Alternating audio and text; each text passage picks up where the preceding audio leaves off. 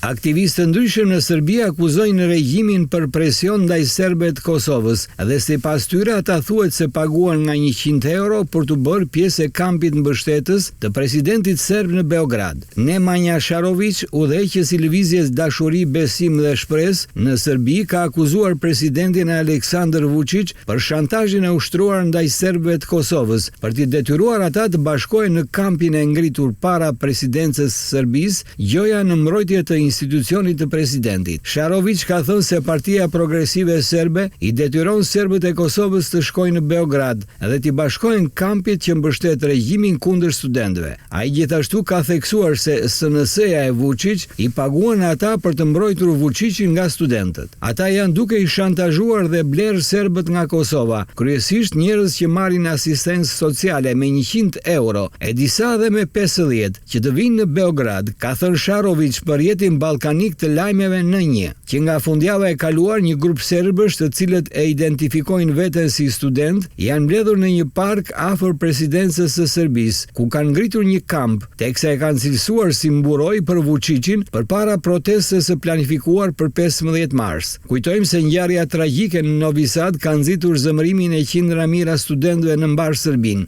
Ata kanë nisur kryengritjen e madhe kundër regjimit autoritar të Vučićit, të cilin e akuzojnë për korrupsion, nepotizëm dhe degradim të demokracisë.